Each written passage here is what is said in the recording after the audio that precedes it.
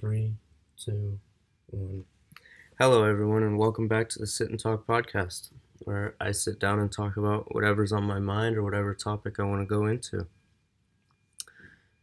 Today, I'm going to talk about my experiences living in different places in the world and traveling and just kind of comparing and contrasting and seeing which place I liked more, which places I would want to go back to, where I would want to live, where I wouldn't want to live. Just kind of pick my brain and see how all these experiences shape me and how I look back at them. So this topic was actually recommended to me by a friend, Christoph. He listened to my first podcast and gave me some feedback on that, and then told me, this would be a really cool thing for you to talk about because you've lived in a couple different places, like some different stuff. It'd be cool to see your perspective on things, and I'm really glad he told me that because I'm really excited for this. Actually, I think this will be a fun podcast. So I was born in Mexico, Puebla. I don't really remember much there because, I was so young. It was just because my dad was working there and my mom was there with him. I don't remember anything really though. We went back to visit it maybe 7 years ago, and yeah, it's a beautiful place. I love Mexico in general, but I haven't been back in a while. But it'd be cool to go again. It definitely would be. It's just I wish I could kind of remember things there so I could go back and see it and be like, oh, this was this and this was this. But when you're that young, I don't think anybody expects you or even thinks that that babies can really remember anything. But the first place that I do really remember living at was Danville, Illinois, in the U.S. I lived there 4 years, 5 years maybe. Um, I really, really enjoyed it there because that's kind of my first memories of life. Really, is Danville, Illinois. Um, we lived in two separate houses in Danville. I don't remember the first one. The first one I was still too young, but the second one I do remember, and I really liked that house. That house was really cool. We were like right on the corner of two streets meeting. Um, we had like these little. It wasn't really like a forest, like right behind, like it was on our property, but it was just kind of like a couple of trees and some bushes, and like you could go out there and just kind of like build stuff or make a fort, whatever you wanted to do. And I remember that was a lot of fun. But in the summer, we always had to watch out because there was snakes there. So like we were only allowed to go there like when it was cold, when we knew no snakes would be out. Or if we did go, we'd have to like clap a bunch and make a bunch of noise to try and scare them away. But yeah, that was a lot of fun. That was like where I learned how to ride my bike. My grandpa taught me. Actually, just thinking about that, on the road that my grandpa taught me how to ride a bike, my dad was golfing once, just kind of like practicing chips, and I was just kind of in the yard. I was pretty far away, so I was thinking I was fine. I wasn't gonna get hit. But my dad just, I don't know what he did, but he just hit me with a golf ball somehow. I like barely remember it, but that road just reminded me of it. That's so funny. We also had a cat at that house. If I can edit this, I'm gonna put a picture up of a really funny picture of me and that cat. That cat hated me. I tortured that cat. I would chase it around the house with nets. I'd try and scoop it up. I'd try and take it. I felt really bad for that cat.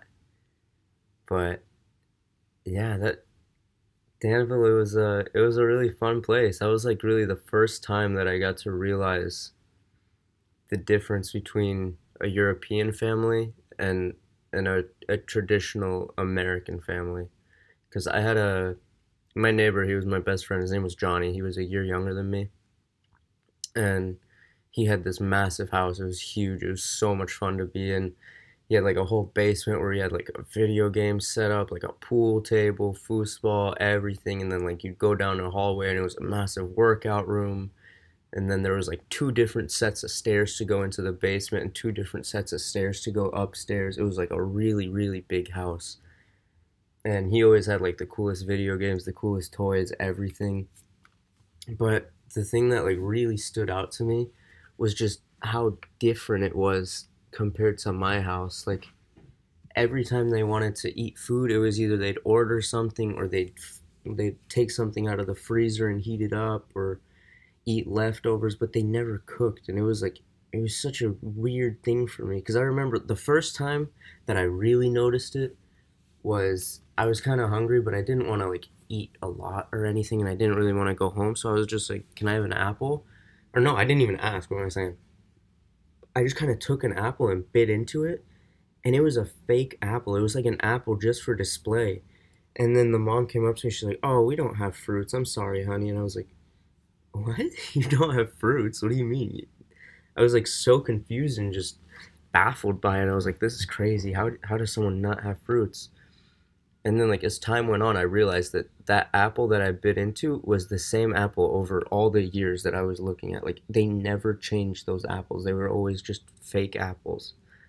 It's so crazy to me that I don't know. Just thinking about it, like when I'm at my house, it's just there's so many fruits, there's so many vegetables, there's so much stuff that you can just snack on and be healthy. But for them, it was like you had to either eat a full meal and order it somewhere or heat it up or something, or you had to eat like chocolate granola bars and gushers and all that stuff. And it's like as a kid, that's a lot of fun, but man, it's not healthy at all. Looking back at it, it's just a horrible way to grow up when it comes nutritional wise. It's just I don't know.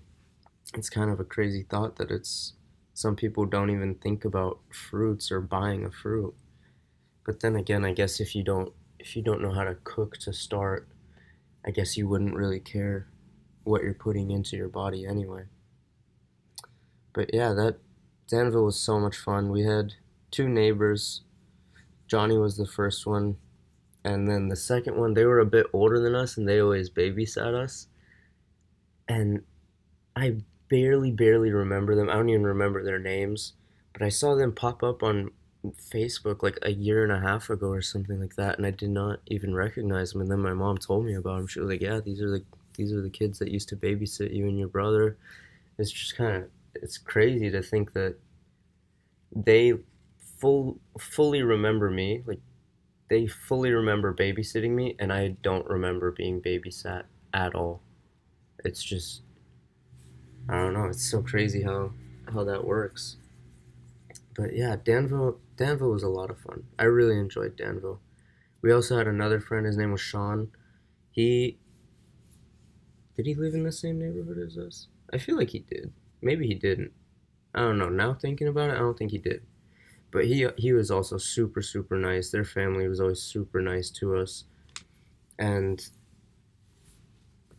I remember going over to their house, and they were like the really sporty family. Like they did every sport. They did like tennis, football, soccer, everything you could possibly imagine. They did. And I remember whenever they had like a barbecue or a cookout, and we went over, they had a huge backyard, and we'd always be playing some sort of sport with like 10 or 15 people, and it was always just so much fun. All the parents were just hanging out, drinking, eating, whatever, and all the kids were outside just playing. It was those times were a lot of fun. I wish I could go back to that and just completely carefree, not thinking of anything, just trying to have fun. That was always the best. I think Danville was also the place where my dad really introduced me to tennis, and I really started playing tennis. I think that was yeah. That I'm so glad my dad taught me how to play tennis at a young age because that stuck with me for so long. That stuck with me until I moved to Germany, really. But yeah, let me think. What else was there in Danville? Oh, I remember there's some funny stories in Danville actually. At Johnny's house, the guy with the really big house, I remember we used to play hide and seek or tag, whatever it was, with his two older sisters and my younger brother.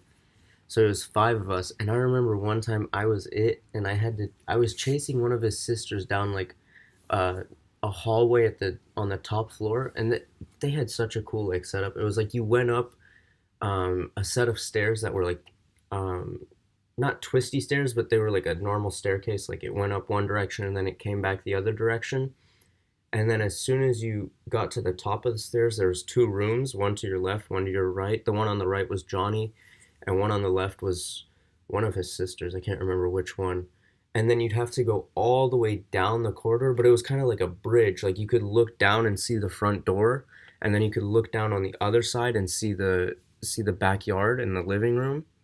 So it was kind of like a bridge. I don't know what you call those in a house, but it was like a bridge where you could see down both sides, and then you had to walk further down the hallway to get to his like his mom's room, his other sister's room, and all that.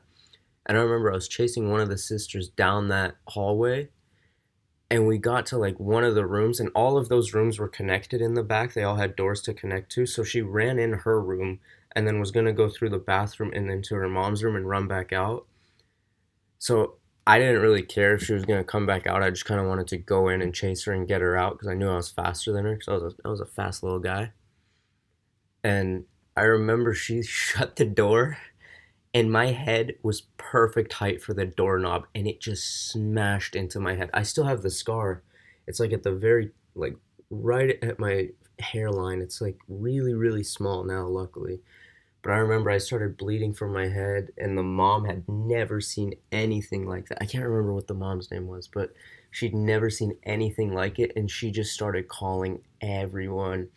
I think my mom told me it was like one ambulance showed up, one fire truck showed up, and like two or three police cars showed up because she was just so freaked out and had no idea what was happening.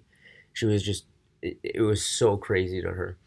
And I remember my mom came over and got me, and, or I don't remember that. She told me about this.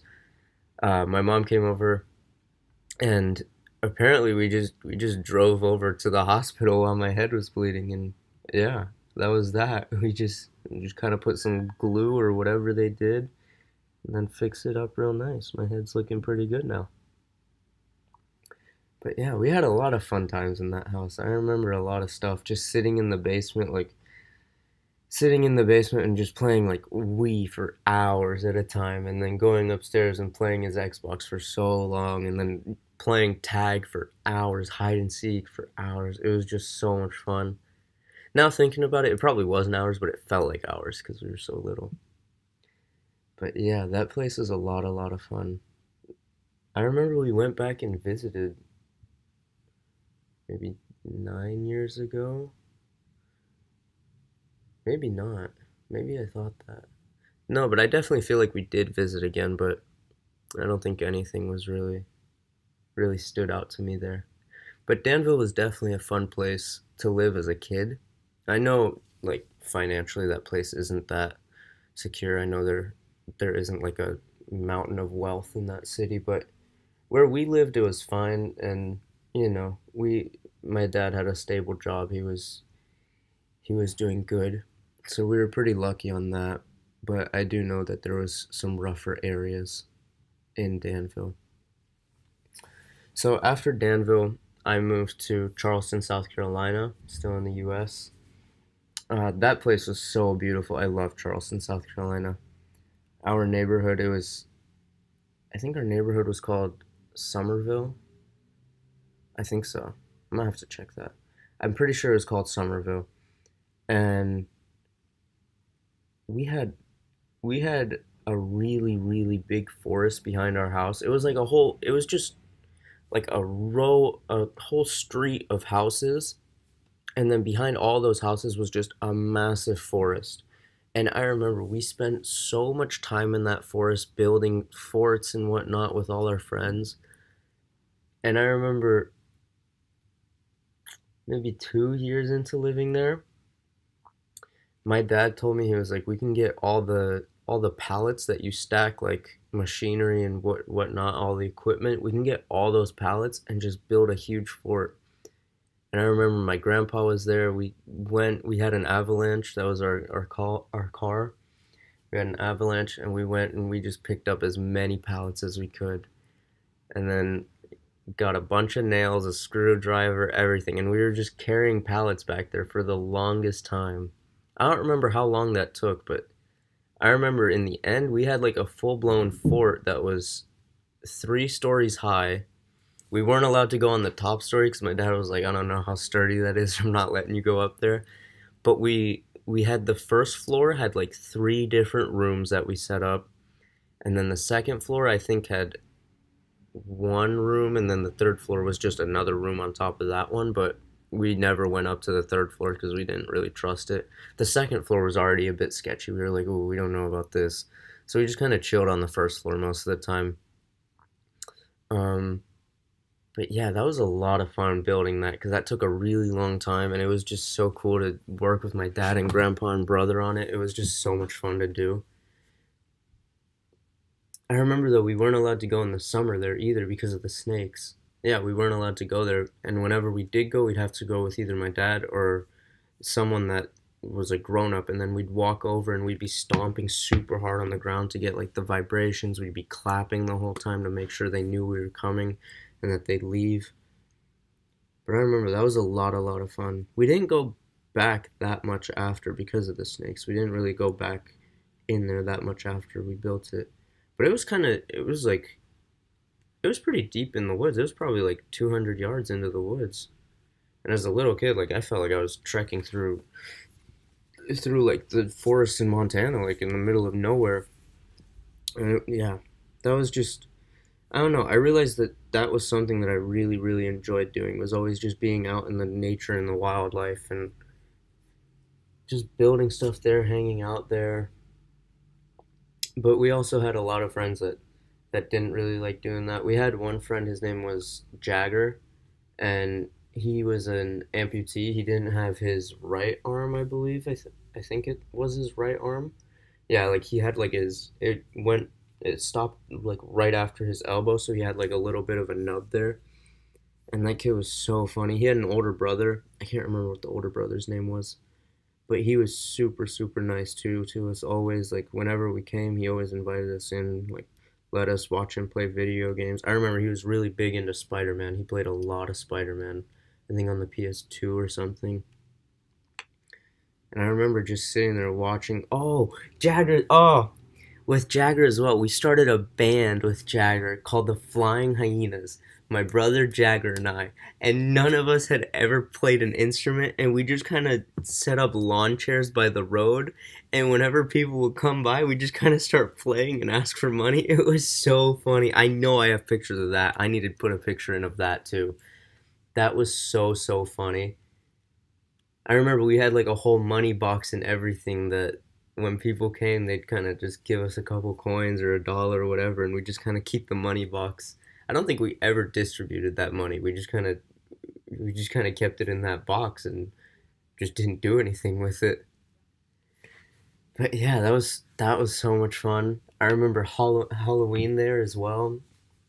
Uh, Jagger had a neighbor, and it was like these crazy people. It was so funny. He every time people would come and ring the doorbell at Halloween, he would open up the garage, he'd fire up his chainsaw, and then he'd just start chasing people around. I don't think he had the coil on the chainsaw, but like the engine was still going. It still sounded like a chainsaw. It still did the ring. It still all did all that. And I remember we'd sit on our porch on Halloween and we would just watch him do that, and it was so funny. It was so so funny to watch because everyone knew that it would happen. Like everyone around us knew that it would happen. It was just the people that weren't from like our road that came and trick or treated there. They would get so surprised every single time. It was so funny. I also remember further down the road, it was like in a cul-de-sac. We had another friend. His name was Ethan, I think. I feel like it was Ethan. And they were also a super nice family. He had two older sisters. The mom and dad were always super super nice too. They always let us come in, whatever. And we always rode our bikes over there. And I remember we just throw our bikes in the yard. It was like that's how everyone knew where we were. We just kind of had our bikes everywhere. But they were always super super nice as well. They always did outdoor stuff with us as well. Like Ethan always came fishing with us. It was super super cool there. I remember once as well, they had like a grill barbecue kind of thing, and their dad was pretty drunk, and my dad was like not really drunk. He was just tipsy, I guess. And I remember all of a sudden their dad went up to my dad. He's like, "I want to wrestle you." And my dad was like, "What? What'd you just say?" He was like, "Yeah, I want to wrestle you right now in the yard." I can't remember. I need to ask my dad if he wrestled him or not, because my dad was pretty fit back then, and that guy was not very fit. He already he was packing a keg and he was ready to party. But I don't know if my dad did wrestle him. I feel like my dad definitely did not lose. I'm gonna have to ask though and do a little fact check.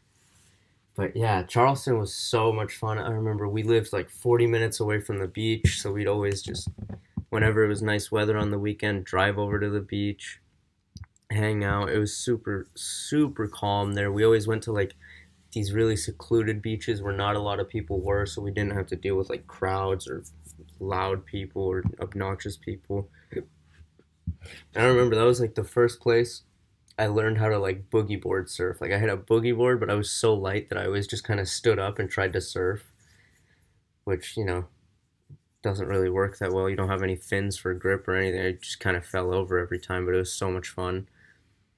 And I remember the waves were so, so small. We would always have to wait for like a big ship to go by, and then you'd have to wait like 5 minutes until the waves came in.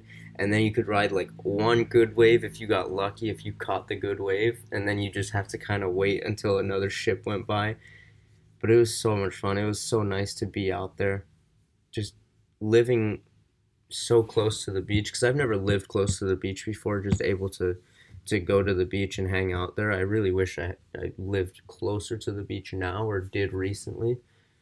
But that was like my one experience is living by the beach and seeing all that. It was so relaxing because I remember after every day at the beach, my brother and I would be so, so tired. We'd just pass out in the car as soon as we sat down. It was, yeah, those were some of the funnest times, I think. Just being a kid, not having any care in the world, just hanging out, doing whatever. I think those really were the coolest times. I don't really remember much from school though. Like school wise, I don't really remember much from like all the way up until the second grade. I don't really remember much. I do remember in Danville, I think. I went to like a Christian school and a mother and a father got divorced and I think the dad said he was going to come in and like take the kid or something like that and our whole school went on lockdown. I think my mom told me about that. I think that's literally like my only memory I had from school up until second grade. Because in the second grade, I moved to Terre Haute, Indiana. Yeah, yeah. Well, once I moved away from Charleston, South Carolina, I moved to Terre Haute, Indiana, which was like an hour away from Danville. Like that was pretty close, just coincidentally. But yeah, once we moved there, that place was a lot of fun. Terre Haute was really my favorite place that I've ever lived. I think as a kid, at least as a kid, Terre Haute was definitely my favorite place. We lived in a neighborhood called Idle Creek. It was super nice. We had a golf course there. We had a bunch of lakes spread out throughout our neighborhood. Almost every family at least, had a golf cart that you could just drive around and do whatever on. I remember my family was like, we took a while to get to a golf cart. I think I took like a year and a half to 2 years. But then once we did have one, my brother and I, we'd come home from school and immediately just on the golf cart and drive around. We were in second grade and preschool.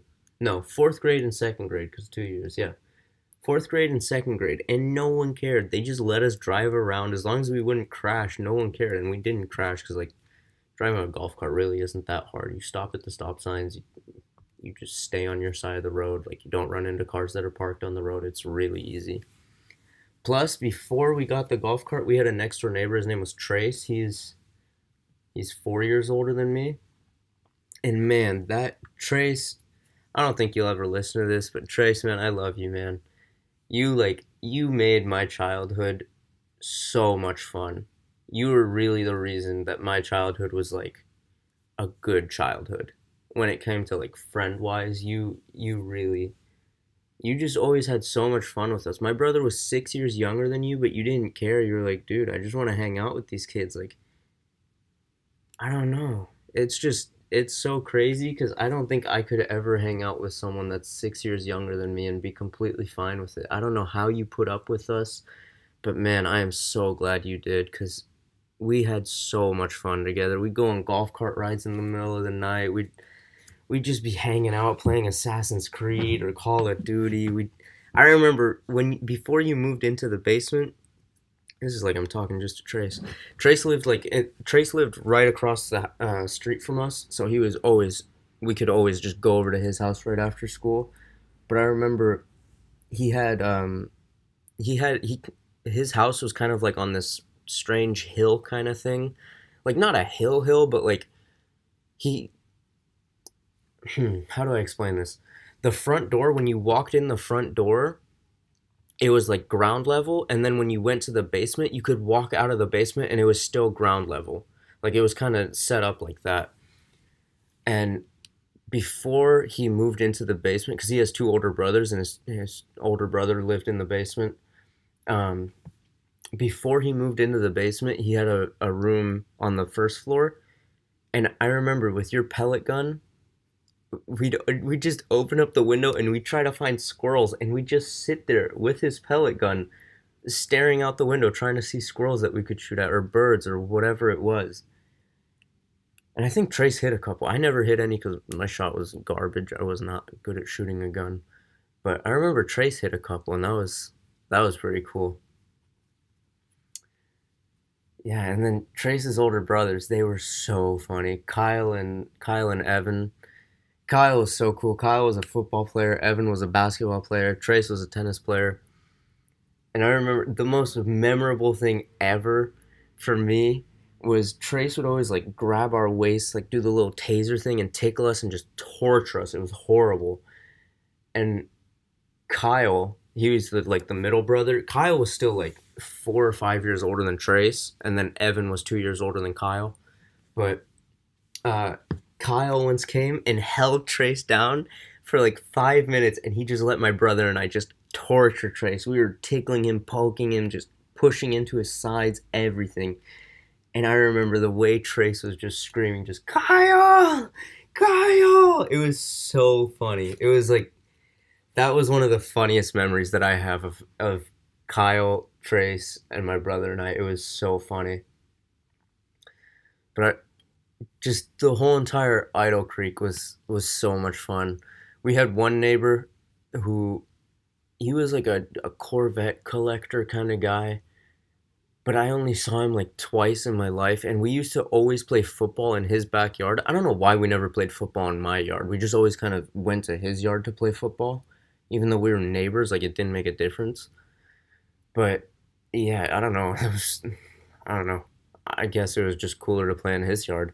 But we used to always play in his yard, and we never saw him. He never came out to be like, get off my yard or like keep playing. He never said anything. Like I only ever saw him when he pulled his Corvette out and just left.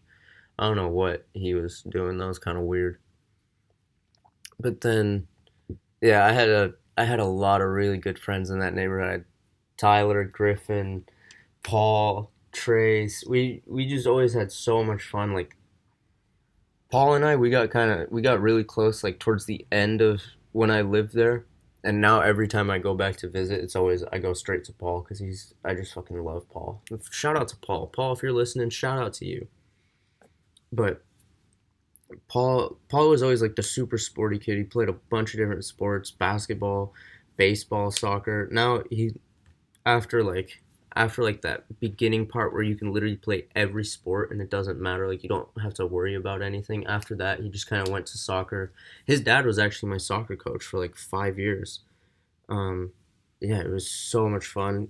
We always whenever we had games, like our whole soccer team was just amazing. I'm gonna call it football. I'm not calling it soccer, but you know what I mean. Our whole football team was just amazing. We had so many fun kids on that team. We had so many kids that went to my school and then so many kids that went to other schools. So it was like really cool to have that connection with other schools.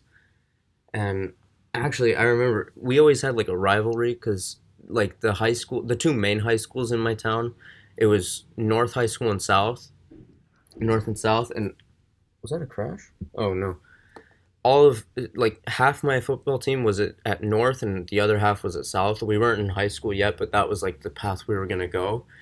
And I remember like from sixth to eighth grade, they kind of gave us this option to play against each other as North and South players. And I remember I scored the winning goal.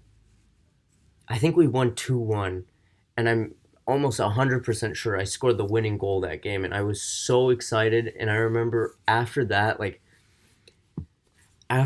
we could just feel the rivalry in the air. Every practice we showed up to, it was like you had to be on your game because the other people were going to try and prove that they were better, like the other school. And I remember that just always made us like super competitive. I think that just made us so much better at football in general. But yeah, that just growing up there was so much fun with all those people.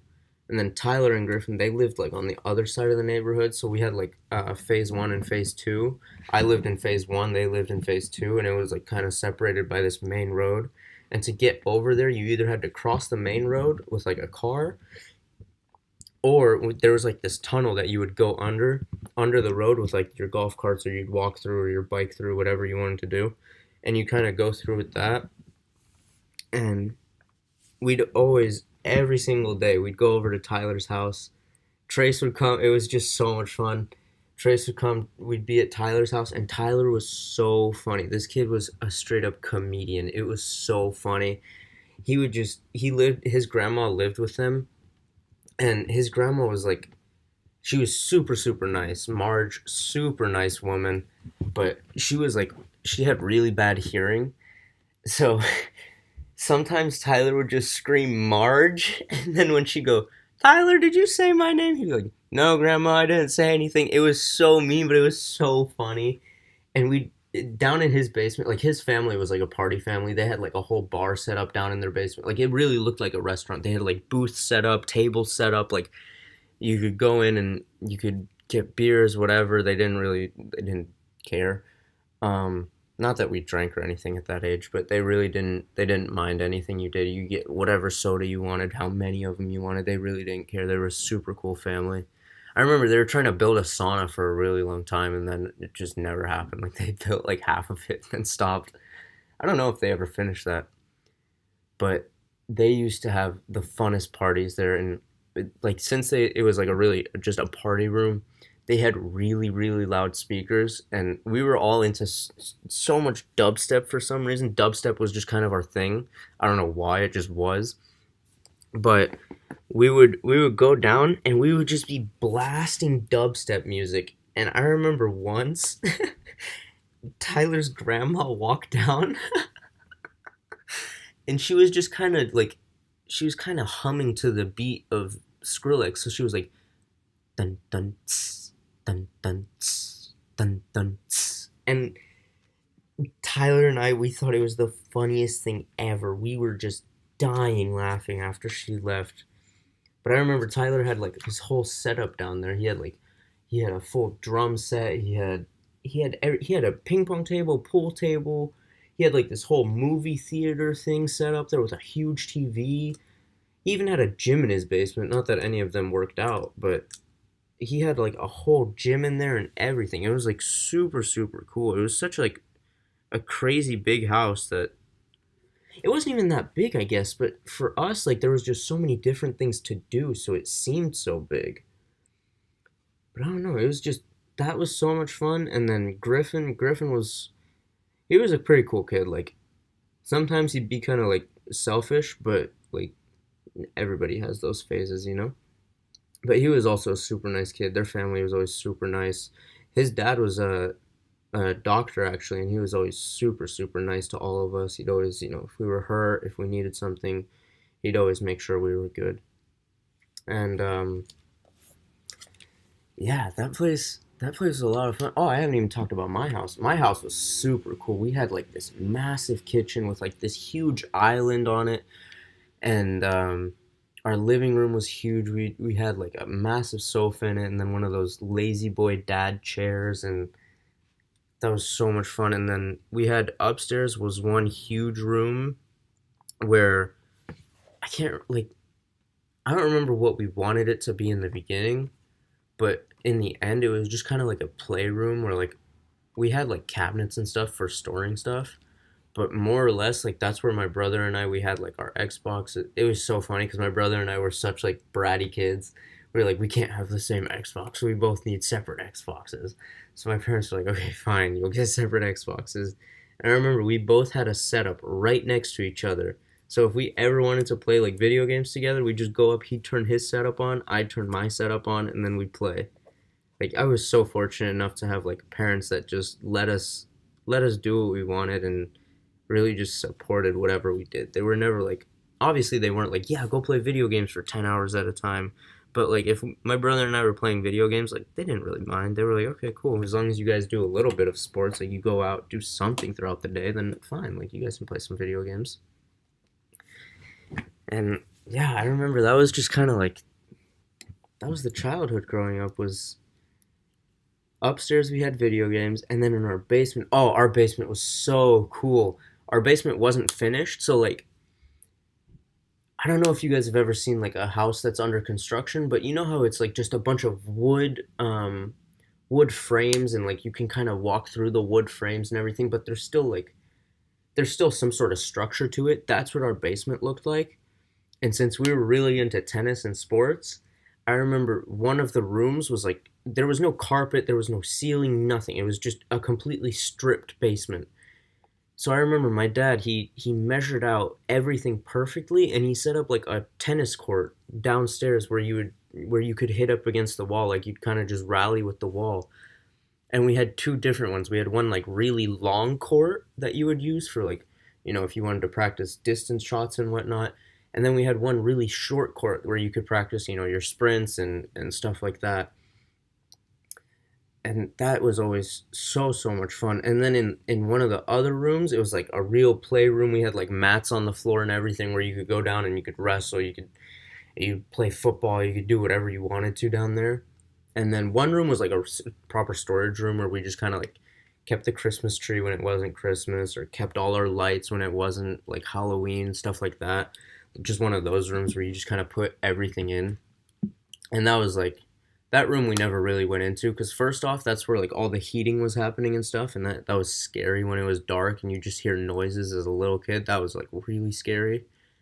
And then the last room that we had that was like right by the stairs, that was like our family game room. That was like where we had the Wii set up, we had like garage band set up, we had a couch down there, everything. It was like that's where we went as a family when we wanted to hang out and just play something. And GarageBand, I remember GarageBand was really, we played that a lot. My brother always played the drums, I'm pretty sure. I always played the guitar, and my parents always sung. But like a little life hack, if you're really trying to get good at GarageBand, you don't really have to sing. You just kind of have to hum, and you got to make sure that your pitch is correct on everything, and then you'll just get all the points. And my mom figured it out, and she was just humming along to every song. But I remember we used to have huge Nerf wars down there. Like massive Nerf wars, like 4v4s, 5v5s. We'd turn off all the lights and we'd duct tape like flashlights to our guns, and we'd have to like try and go through and find people. We'd also obviously play tag in there, and it was just so much fun because you could like run through the walls and everything. Like some of the walls we kind of had set up with like plywood, just kind of so you can run through everything. You kind of take bunkers around some stuff. But I remember we used to do a thing where we'd in the playroom with like the mats on the floor, we'd take everything out of storage and we just kind of make a bunker there, and then the other people would have to try and infiltrate the bunker. That was so much fun. That was so much fun because the bunker had like there was a fire escape right there, so the bunker was like one of the only places that had light when it wasn't what's it called? When it wasn't completely all the lights were completely turned off. So if you were in the bunker, you needed to have a flashlight on your gun so you could like kind of look out and try and see behind the plywood, like if someone was moving or something. And I remember that was so much fun down there, just playing Nerf wars for hours at a time. That I do know we played for hours at a time because we could literally spend full days in there where my parents would have to come down after we'd like eat breakfast, go down, we'd start playing, and then my parents would come down at like 5, 6 at night and be like, "Hey, do you guys want some dinner?" And then we'd have to go up because we were all so just starving. But that was so much fun there.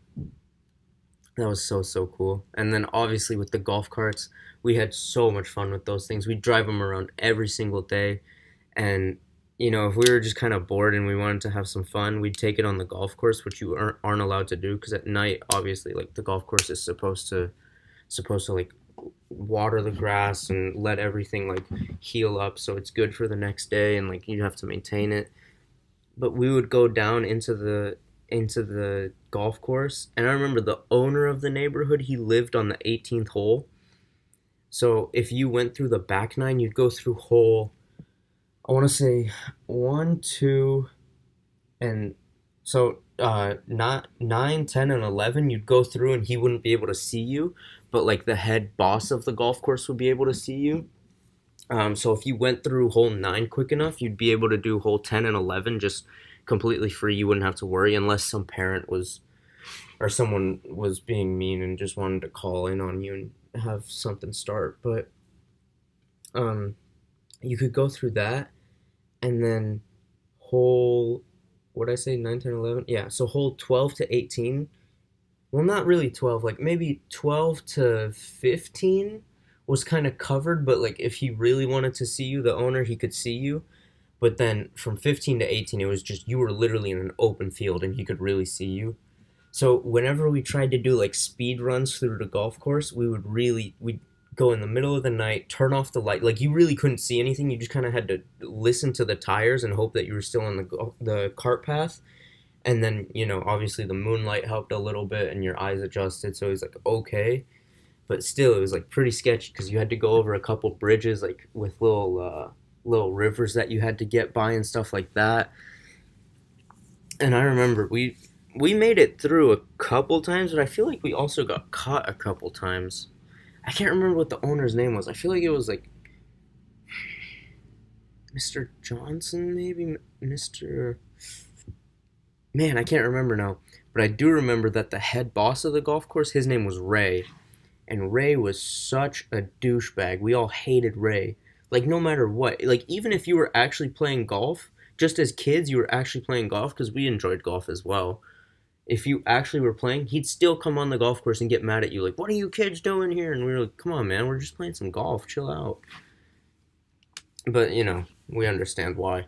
But, like I said, he could see you on hole 9, but he lived like kind of in a cul-de-sac, so if you got on the golf course, you could get on a different road and then get away, and he'd have to like go around the whole neighborhood to get to you. It was like that.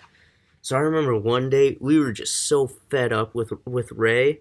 We went to go buy like a drum of firecrackers. That's like it's something like 200 firecrackers all linked together.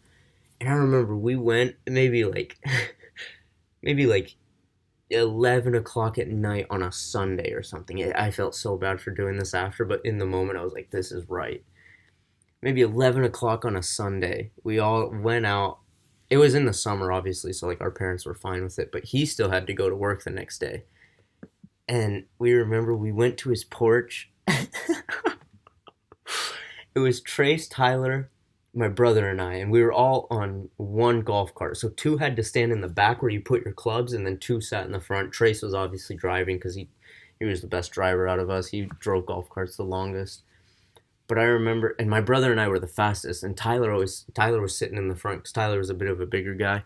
So Tyler sat in the front, and my brother and I, we were the fastest ones. So we went up to his porch, we lit the firecracker, and then it has like a 4-second fuse before it really starts going off. And then we sat there and just knocked on his door and rang the doorbell a bunch. And then we just took off, and Trace was already driving, so all we had to do was run and jump on the back. And we were like so in shock and just scared to get caught that we didn't even turn around and look back. We just ran. We were just gone. And as soon as we got on that golf cart, it was just we were gone. We were out of there. He couldn't get to us. And we never got in trouble for it or anything either. So it was like so good. He never did anything. I guess he just didn't know it was us, but he definitely heard that because it was like those firecrackers go for like 2 minutes before they stop, so he definitely heard it. But yeah, we did a lot of fun stuff on the golf carts, and we all, dude. Okay, so one time it rained really, really bad, and Tyler had the only like gas golf cart, or like one of two gas golf carts in the whole entire neighborhood. And for some reason, we thought if it was raining, like the electric golf carts wouldn't go in the mud or whatnot, whatever it was. But Tyler's golf cart, we didn't really care about it. We just kind of took it. He was obviously there. We didn't steal it from him, but he was obviously there.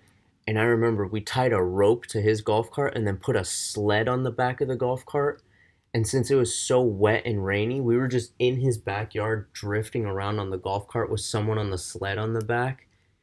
And his parents got so mad at us because we destroyed their backyard. We like really, really destroyed their backyard. It was gone. There was no grass left. We really destroyed it, but we didn't stop. We did it the next day, and the next day it was just so much fun because you'd show up in your crappiest clothing, and by the end of the day you were covered head to toe in mud. Even if you had like a sweatshirt on, your chest was still covered in mud, and it was just so much fun doing that. Just having those experiences was so much fun because I feel like if you live in a city or something like that, that's just never going to happen. You're never going to experience that. You're going to experience other things that are really cool, but that, people that live in a neighborhood or out in the country would never experience. But that was like, that was just so much fun to do. And talking about living out in the country, one of our closest family friends, the Hendricks, they lived out on a farm for the longest time. They don't anymore now because they moved to a neighborhood like uh, more suburban, but they used to live like really far out there, and they had like a 200-acre plot. And whenever we went there, we'd always have the biggest airsoft fights ever. Like they had like a couple different cabins where people lived or could live. I know they had one person living like in a cabin right outside their house, and then they had another cabin that we stayed at before we decided to move to Germany because we sold the house, and then had to stay for at a place for like a week, and they offered, so we were like, yeah, sure, why not? It'll be a fun last week anyway to be with them. But we had the biggest airsoft wars where it was like they had two sons, so Brody and Dom. Dom was the older one, Brody was the younger one, or still is. I don't know why I say was. Is the younger one. Dom is the older one. And we would always do like a 2v2 Nerf, or a Nerf, what am I saying? Airsoft war. And it was so much fun because we would prepare for the longest time ever. And then we'd go out and we'd all go our separate way. Like the two teams would go their separate way, and then we had to try and find each other. And those fights could take 3 4 hours because it was 200 acres of just woods, really like farmland and woods. And you would just get so lost out there. Like Dom and Brody knew it really well because they grew up there, but my brother and I, we had no idea where we were going, and we were just kind of following them, hoping not to get shot because getting shot with an airsoft gun at that age sucked. It was not fun at all. But yeah, I miss them. I recently just saw them actually last summer in London. We all met up in London. My brother wasn't there, but I took a friend, Max. Max is actually going to be on the next podcast. Max came with me, and yeah, we met Dom and Brody, and we were just hanging out in London for like I think 4 or 5 days with them. It was pretty cool. No, it was a week. It was a full week. Yeah, it was really cool. But yeah, I think that's all I can really all the fun stuff that I remember from that from Terre Haute. Yeah. Terre Haute was a lot of fun, but after that we moved to Düsseldorf, Germany, and that was like my first experience of living like in a city because all the other places that I lived in, it was just kind of like our neighborhood, and that was it. Because in the U.S., you have to be 16 to drive, and there is no real public transport. Like there's buses to take you to school, and that's about it. There is no like public transportation that you know, like a train or a metro or a city bus or anything like that. But in Germany, that was our main way of getting around was taking the tram, taking the metro, taking the bus, and I think that really helped me mature as a person because I wasn't always relying on my mom, I wasn't always relying on my mom to drive me somewhere. If I needed to go to like the city to go buy something, I'd take my bike, drive to the train station, and then take the train into the city. And we did, with our ticket from school, we could travel for free. We just need to have the ticket on us. And yeah, it was so much fun to grow up like that because I got to see both sides. I got to see what it was like when growing up in the US and how that lifestyle is, but then I also got to grow up and see what it's like to be more mature and more independent and kind of have everything on your own. And Yeah, Germany was one of my fondest times. I remember everything in Germany. I remember my first friends, Gonzalo, Roma. I don't think, yeah, Roma left in like ninth grade, but he was a French kid. He was like the first kid that I actually met because of a football camp that I did with him, and he was like, "Yeah, I'll introduce you to some football players," and that's when I met Gonzalo. Gonzalo was my eighth grade class, and yeah, at first I was like, "Dang man, my eighth grade class kind of sucks. Like I don't know anybody here," but in the end, it was super fun. Like we had this Danish kid, Loritz. I had Gonzalo.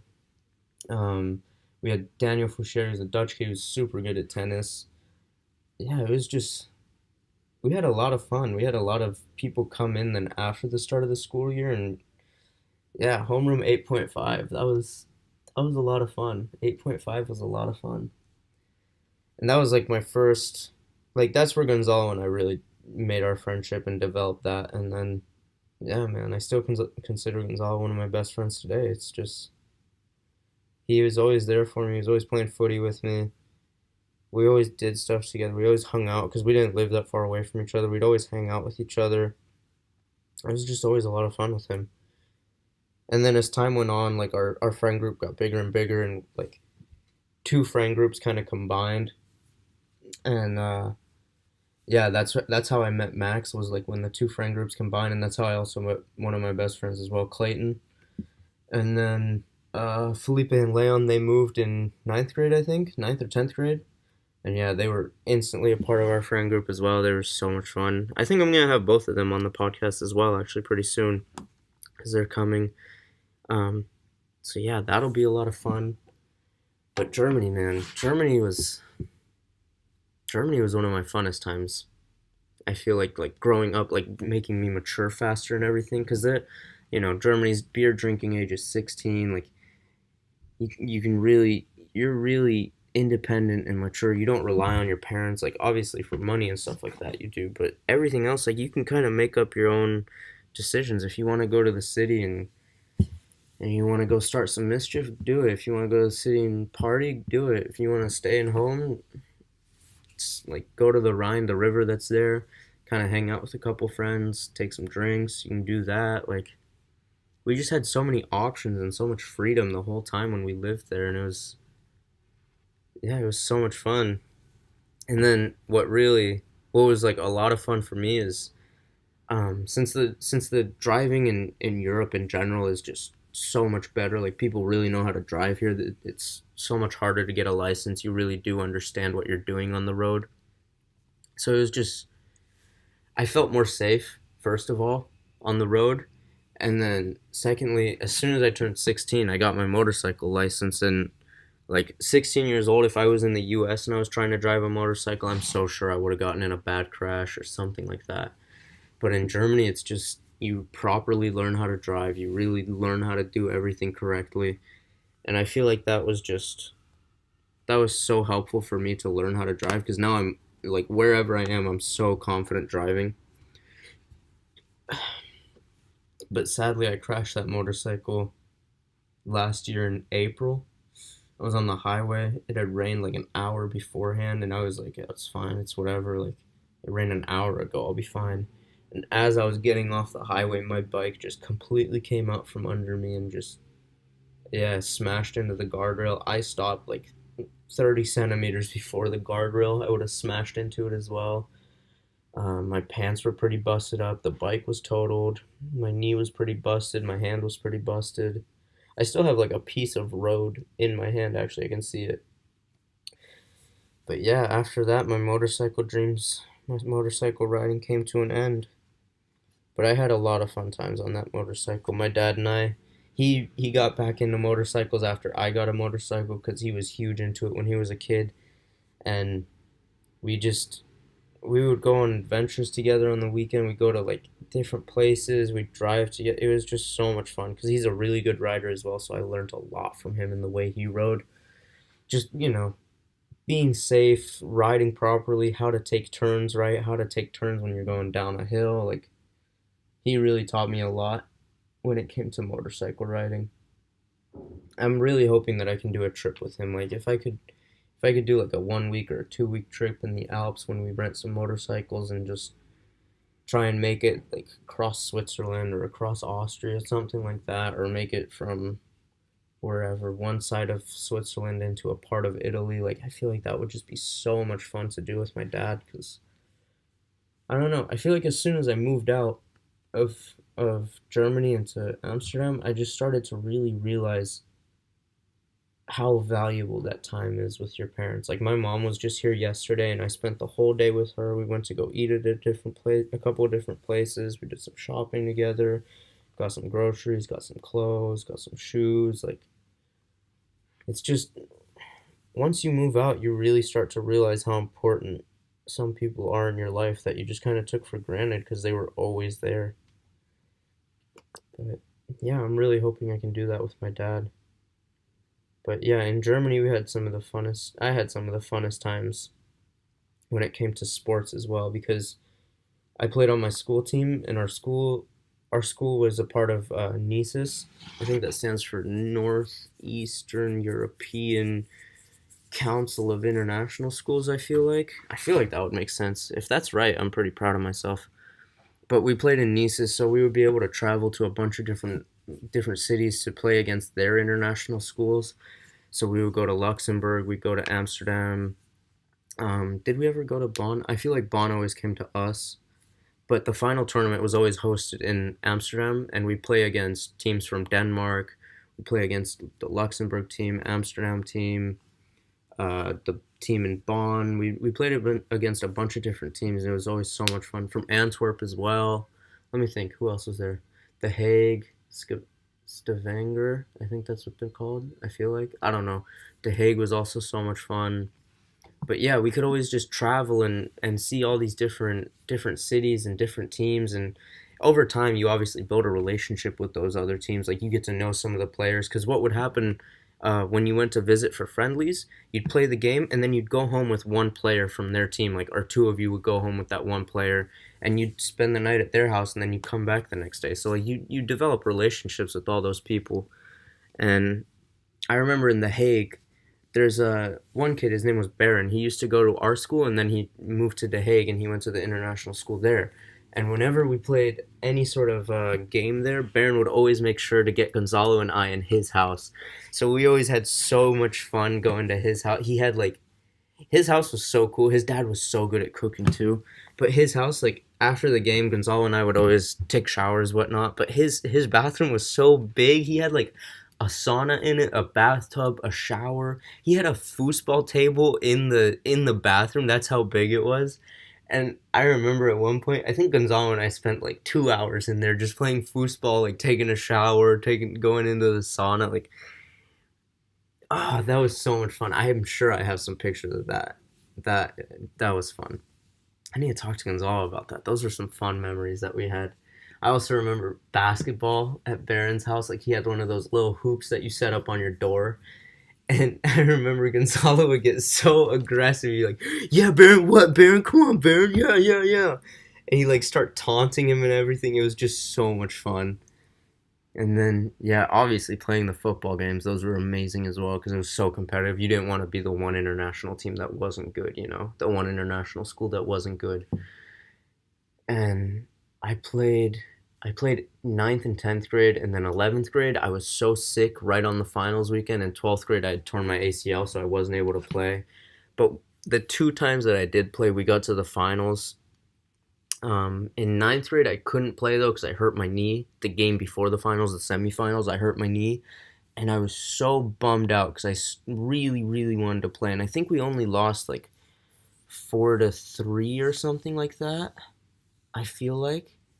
And then the next year we faced the same team again, but that time I could play.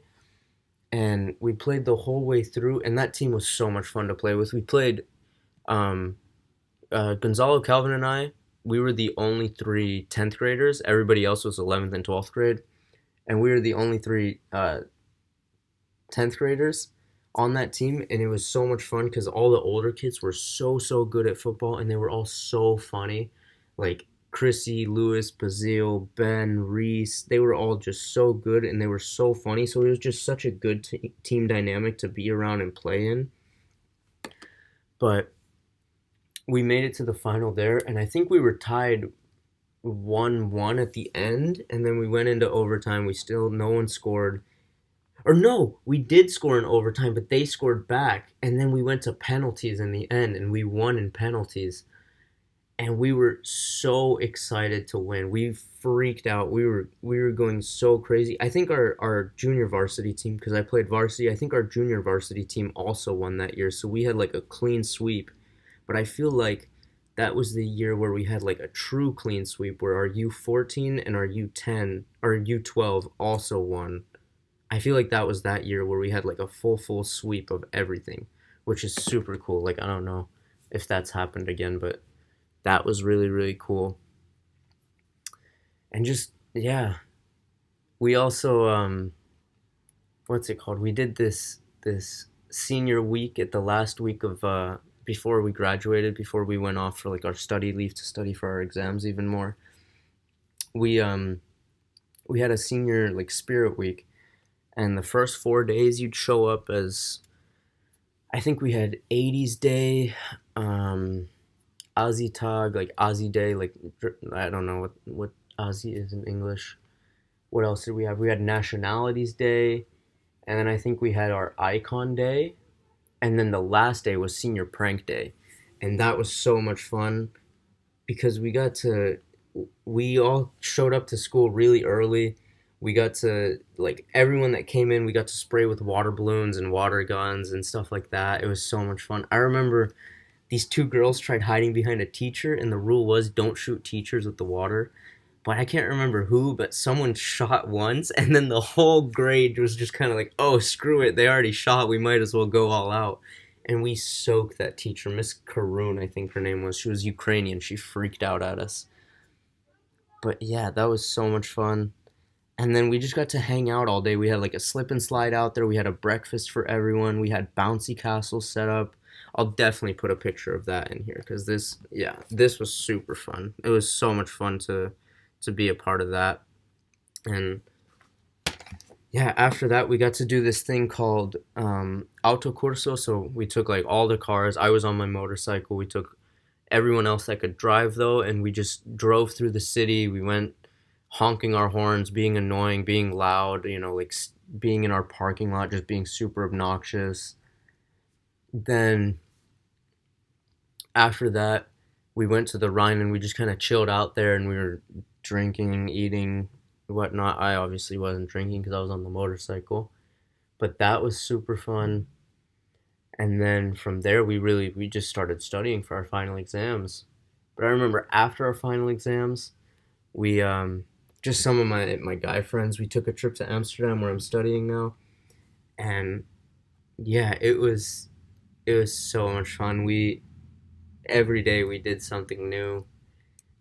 I tried truffles for the first time, which was awesome. I tried it with my friend Leon.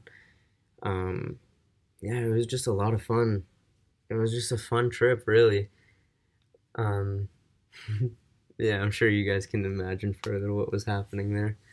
And then after that, we went to Ibiza. Like 2 days after that, we went to Ibiza for like our actual senior trip with all the whole grade and everything, and that was so much fun. We were there for a week.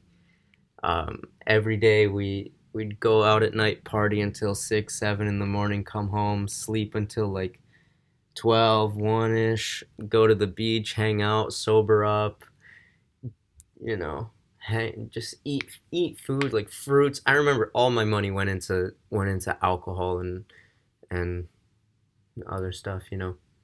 And we yeah, every day was the same routine. We just went out and partied like crazy, came home, slept, went to the beach and hung out until people felt sober enough to start moving again. And then we'd go and we'd do something, we'd get some food somewhere, we'd try and do something to see something so we weren't like completely lazy. And then, yeah, we'd start pre drinking again at like 6, 7 at night, start going, and then go out and party again. It was such a fun routine that we had.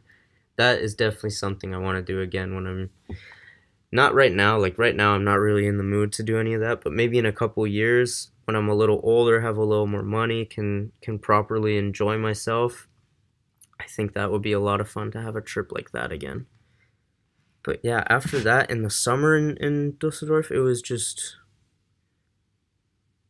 it was just a lot of hanging out with friends. It's where I met my girlfriend, Christina. We hung out almost every day, or almost every day we could.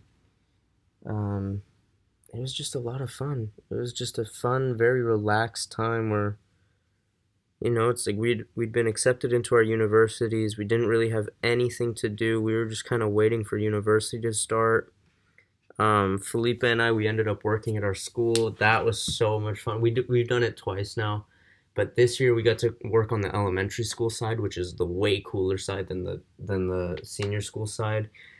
And all the bosses at the elementary school side used to call the other side the dark side, the bad side. It was so funny.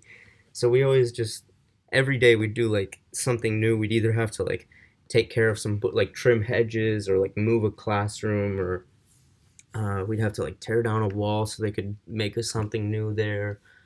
It was a lot of fun. And then at one point we had to tear down a shed in the back and we were allowed to drive around the Batmobile. It was like a little golf cart with a Batmobile, Batman logo on it. So we always called it the Batmobile. And then whenever we were hungry, we'd take the Batmobile and like go get some fries or go get a dinner or something. It was just so much fun. I didn't.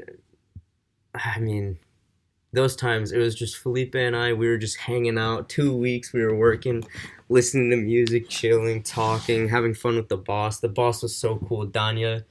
Shout out to Danya. You made like those 2 weeks like super chill. Like Phil and I would go super hard in the beginning, like probably from like 7 to 10, we'd go super hard, and then after that, Daniel was like, "All right, you guys can chill out. Like, you guys are working way too much. Just chill out, like hang out, drive around in the golf cart, like annoy some people, do whatever you want, drink some coffee. Like that was our whole routine. It was so much fun, and then we got paid for it as well. It just made everything so much better.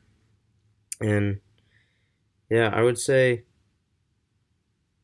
I really miss those times. Like now, obviously, I wouldn't want to work at that school for more than 2 weeks at a time, but those times were a lot of fun. It was just fun to hang out with one other person. Like, you know, Felipe is like my best friend. It's the one person that I still talk to daily basis, or almost daily basis. We're always doing something. Like if we're on the PS4 together, we're talking. If we just want to FaceTime for a bit, just hang out and talk. Like he's the one guy that I'm still like really really close with and talk on a really regular basis. So for me and him to work together, it was just so relaxed. Like it didn't even feel like work. It just felt like two guys like hanging out, moving some stuff, talking, messing around, like destroying a shed or like I don't know, taking a classroom apart, taking all the desks out and moving them. Like it was just fun stuff like that. And yeah, and getting paid for it was just perfect as well. But it was super cool. It was so much fun to do. But yeah, I think overall, I really do enjoy the European style of living a lot more. So I feel like in the U.S. there's a lot to do with. It's just right now, especially. I mean, when I was living there, it was better, but right now, just everything that's happening in the U.S. with politics, with how people view the rest of the world, how the rest of the world views America. It's just that's not something I really want to be associated with at all. It's not really my thing. I'd rather live in Europe where stuff is more calm. There's not as much controversy going around. There's not that many scandals going on in here. If there is scandals going on here, they're ones that aren't really affecting me directly. It's just I don't know. I just really enjoy this style of being more independent. Like I can go anywhere in Europe and I wouldn't even have to tell my parents. I could just get up and go. In the US, like if I wanted to go to the capital, the state capital, like I'd have to ask my parents to give me a ride. Like I couldn't do it without them, you know?